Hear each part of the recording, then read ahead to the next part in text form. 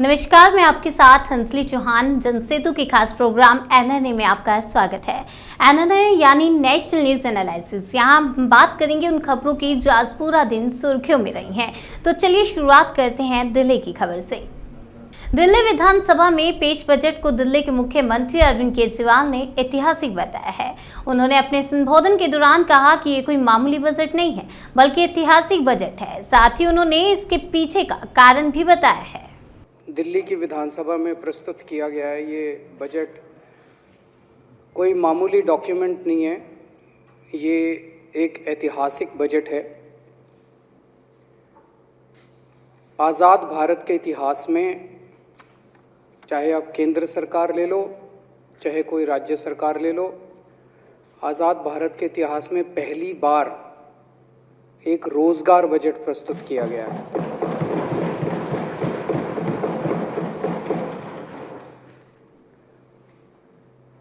रोजगार की समस्या तो आज़ादी से ही है। 1947 में देश आज़ाद हुआ था, तभी से हमारे युवाओं की रोजगार की समस्या रही है, कभी कम कभी ज़्यादा। लेकिन रोजगार एक ऐसा मुद्दा हुआ करता था जिसकी चर्चा केवल चुनावी सभाओं में होती थी, चुनाव के पहले होती थी।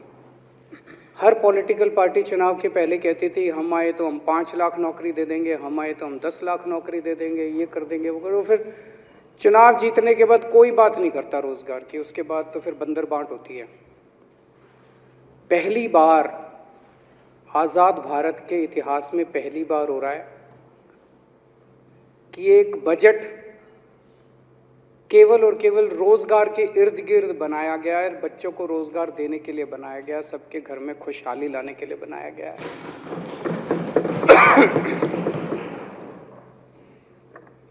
इसके पहले अभी कुछ दिन पहले पंजाब में एक ईमानदार सरकार बनी,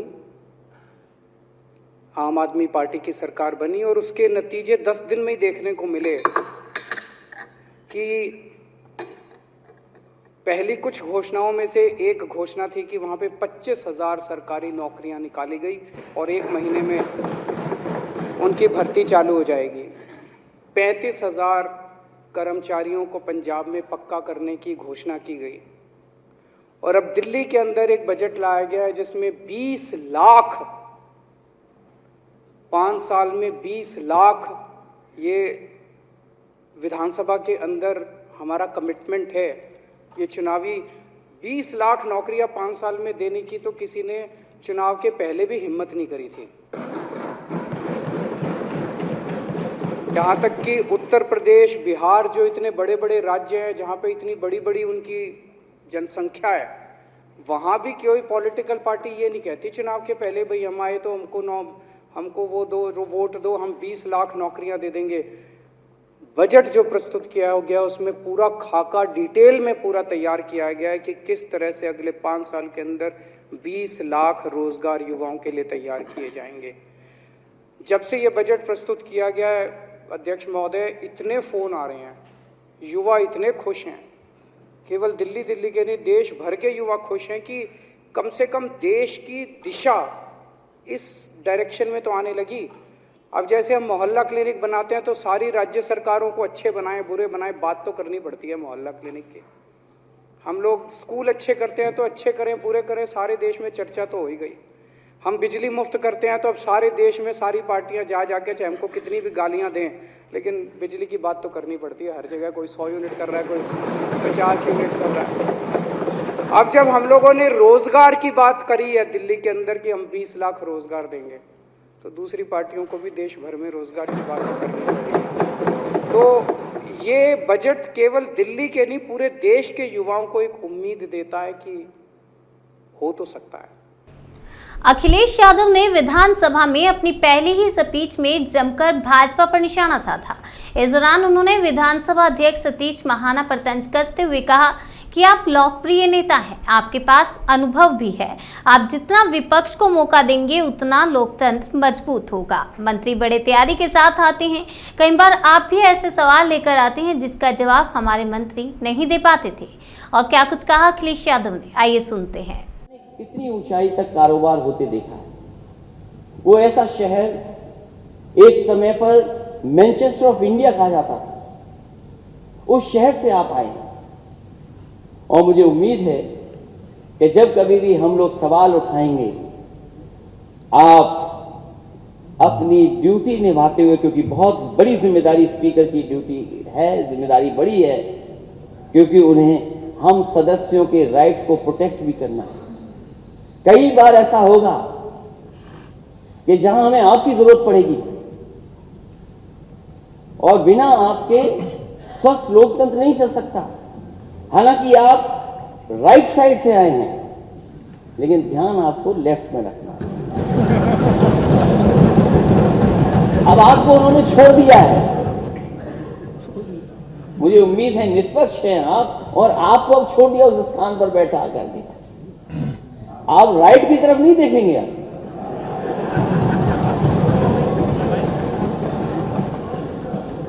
आप केवल लेफ्ट की तरफ देखिए।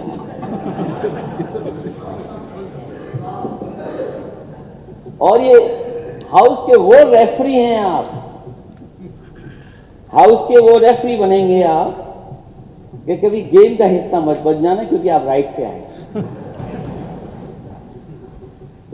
क्योंकि ये समय उस बात का नहीं है कि नेता सदन ने जो कोरोना पे बात कही है, वो समय आएगा तो मैं कोरोना पे भी बात करूंगा, क्योंकि उस शहर से आप आए हैं जिस शहर ने कोरोना देखा था।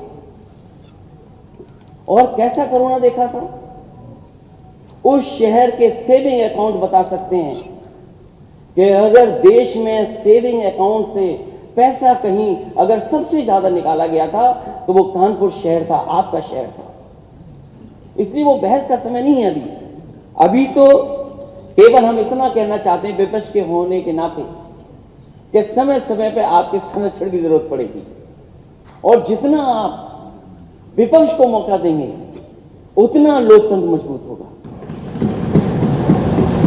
जितना विपक्ष बोलेगा और जितना सवाल विपक्ष उठाएगा, क्योंकि कई बार ऐसा होगा, और क्योंकि मैं भी वहां पर बैठ करके काम किया हूं, कि मंत्री बड़े तैयारी के साथ आते हैं, और कई बार आप सदस्य रहे हैं, आपने भी ऐसे ऐसे सवाल पूछे हैं, वो हमारे मंत्री कई बार जवाब नहीं दे पाते थे, मुझे खड़ा होना पड़ता था।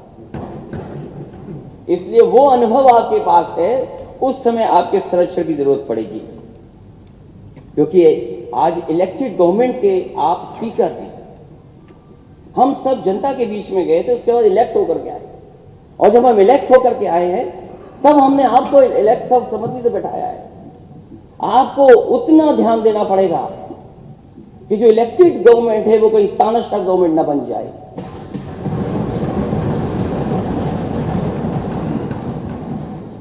इसलिए जहां आप लगभग 35 देशों में घूम करके आए, ये बात तो मुझे पहले पता होनी चाहिए थी अध्यक्ष महोदय, ये बात तो मुझे पहले जानकारी करनी थी। आपने प्रयास नहीं किया ना। और मुझे खुशी है कि अध्यक्ष ऐसे हमारे बने हैं कि अब जब कभी विदेश यात्रा होगी तो भूलेंगे नहीं हम लोगों को। ये ना करना कि राइट वालों को बिठा करके ले जाएं आप। हालांकि राइट में कुछ ऐसे सदस्य हैं वो विदेश नहीं जाना चाहते, और सही बात है, तो सही बात है, वो विदेश नहीं जाना चाहते। और ये बात मैं इसलिए कह रहा हूं अध्यक्ष महोदय, उनका नाम मालूम हो तो बताइए, शुरू से आसानी हो जाएगी। आवाज मैं बात को आगे नहीं बढ़ाऊंगा अध्यक्ष महोदय। मैं इस बात को इसलिए कह रहा हूं कि विदेश जाने का कुछ लाभ भी है। मैं उन लाभों की बात नहीं कर रहा हूं जो कभी कभी कुछ लोग उठाते हैं सवाल। जो एक्सप्रेस वे की बात नेता सदन कह रहे थे, मैं यकीन से अध्यक्ष जी कह सकता हूं, अगर मैं विदेश नहीं गया होता तो शायद देश का सबसे अच्छा एक्सप्रेस वे नहीं बना, और मैं अगर विदेश नहीं गया होता तो शायद आपके शहर को भी मैं मेट्रो नहीं दे पाता।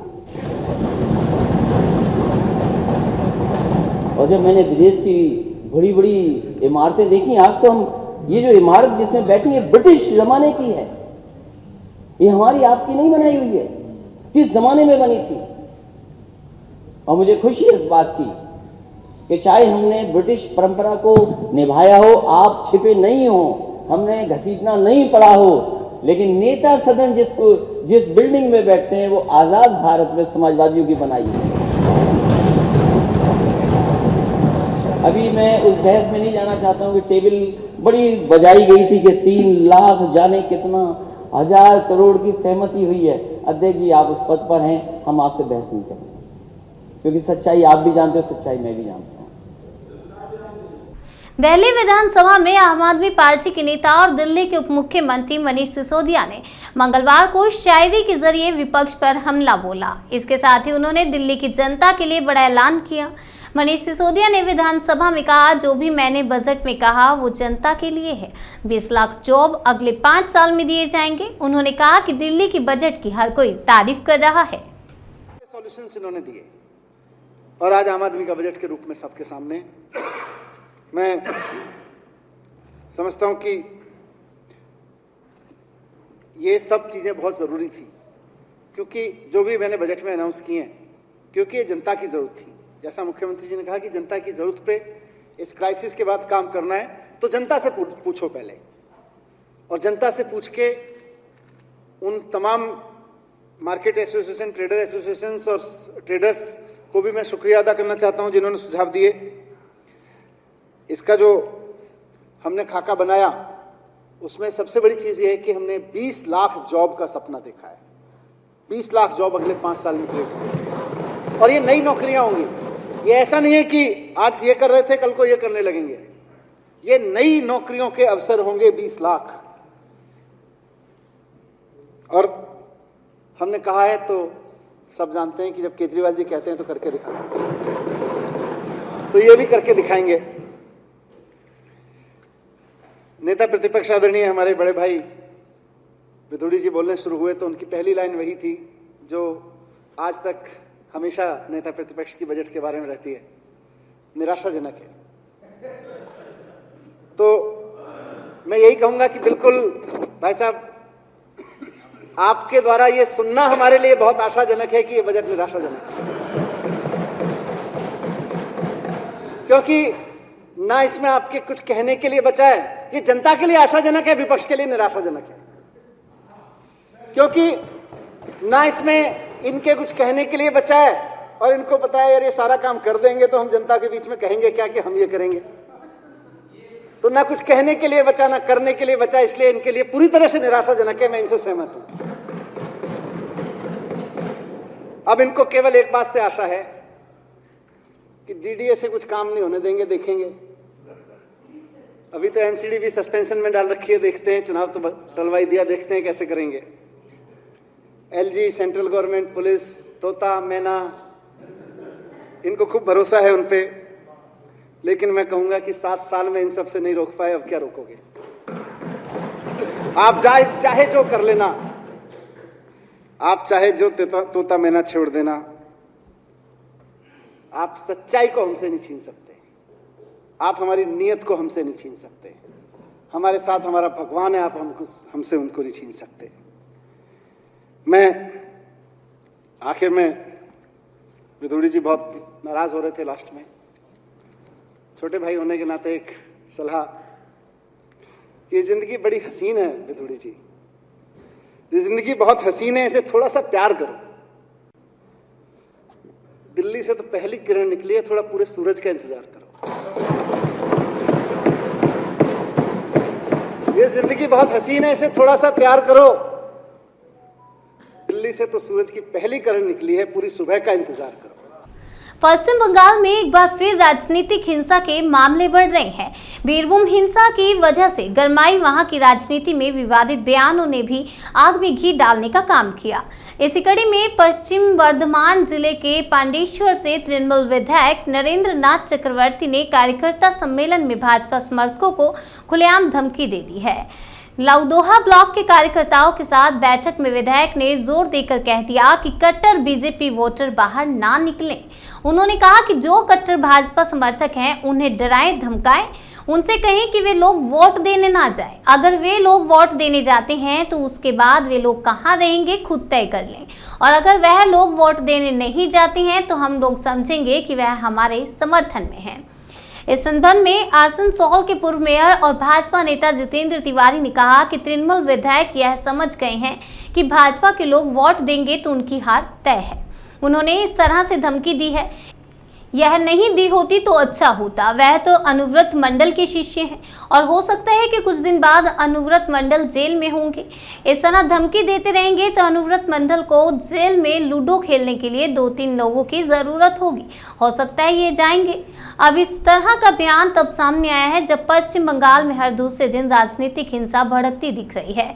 बीरभूम हिंसा के बाद तो राज्य में स्थिति काफी तनावपूर्ण बन गई। आलम यह है कि उस मुद्दे की वजह से विधानसभा में विधायकों के बीच हाथापाई भी देखने को मिल गई। उस घटना के बाद बीजेपी के 5 विधायकों को निलंबित कर दिया गया और लेकिन पार्टी का आरोप है कि स्पीकर द्वारा एक तरफा कार्रवाई की गई है और वे इसका विरोध करने वाले हैं। बीजेपी जम्मू कश्मीर के अध्यक्ष रविंद्र रैना ने कश्मीरी पंडितों को लेकर अरविंद केजरीवाल के कमेंट की निंदा की है। उन्होंने कहा कि ये अफसोस की बात है कि दिल्ली के सीएम ने कश्मीरी पंडितों के दर्द का मजाक बनाया। उन्हें कश्मीरी पंडितों से माफी मांगनी चाहिए। क्या कुछ कहा इस दौरान उन्होंने, आइए सुनते हैं। कि दिल्ली के चुने हुए मुख्यमंत्री श्रीमान अरविंद केजरीवाल जी ने जिस प्रकार कश्मीरी पंडितों के ऊपर टिप्पणी की है और कश्मीरी पंडितों का अरविंद केजरीवाल जी ने जिस प्रकार मजाक उड़ाया है, ये बहुत ही निंदनीय है। कश्मीरी पंडित जो भारत देश के राष्ट्रवाद के एम्बेसडर हैं और 1990 के दशक में जिस प्रकार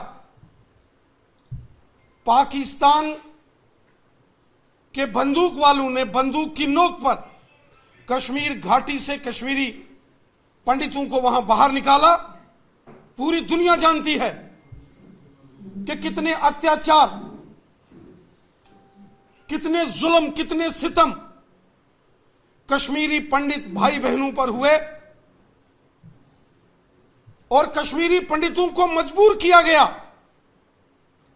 कि वो कश्मीर घाटी से अपने घर, अपने मकान, अपनी जमीन, अपने बाग छोड़ के पिछले 35 सालों से देश के अन्य अन्य भागों में वो रह रहे हैं। पूरे देश ने और दुनिया ने कश्मीरी पंडितों का हमेशा दर्द समझा। करोड़ों हिंदुस्तान वासियों ने जब कश्मीरी पंडित कश्मीर घाटी से निकलने को मजबूर हो गए, उस वक्त पूरे हिंदुस्तान के करोड़ों लोगों ने कश्मीरी पंडितों को सहारा दिया।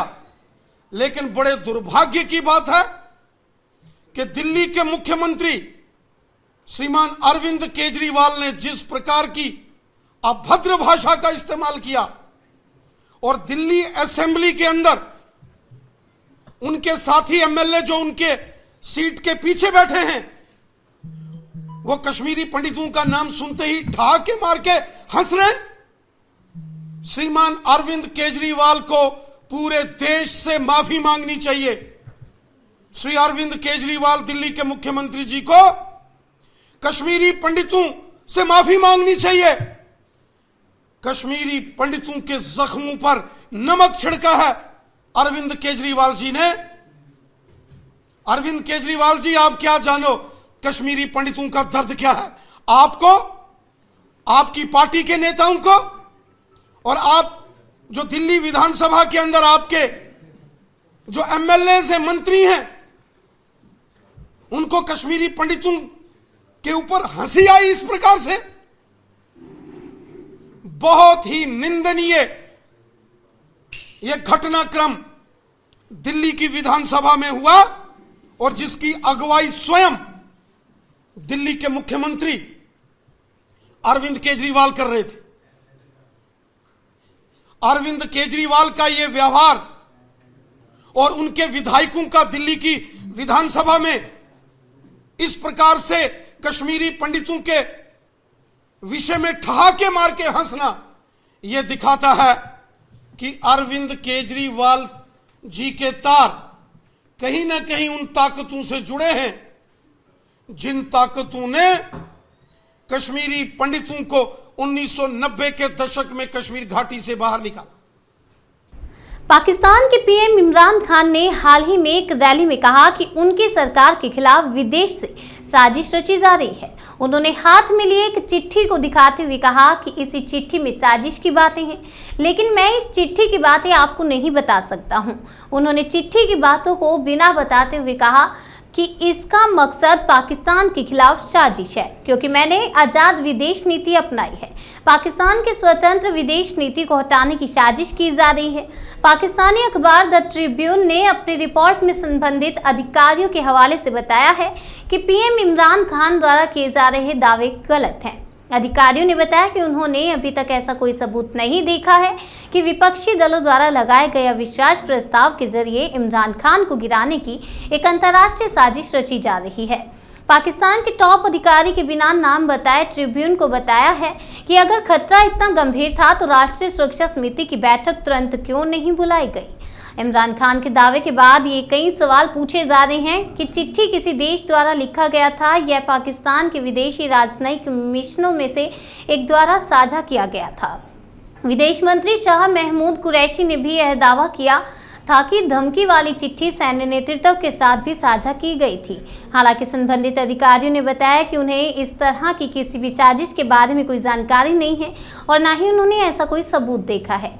पाकिस्तान के संविधान और राजनीतिक एक्सपर्ट्स का कहना है कि इस मसले को सार्वजनिक रूप से उठाने का प्रयास इमरान खान के पद की शपथ का उल्लंघन करने के समान है। यह सब इसलिए हो रहा है क्योंकि इमरान को विपक्ष के अविश्वास प्रस्ताव का सामना करना पड़ रहा है। नेशनल असेंबली में विपक्ष के नेता शहबाज शरीफ ने इमरान खान से संसद के सामने पत्र साझा करने के लिए कहा था। उन्होंने कहा था कि अगर खतरा वास्तविक है तो हम इमरान को अपना समर्थन देने को तैयार हैं। नेशनल न्यूज एनालिसिस में आज के लिए फिलहाल इतना ही। तब तक के लिए मुझे दीजिए इजाजत और देखते रहिए जनसेतु जन से सरोकार।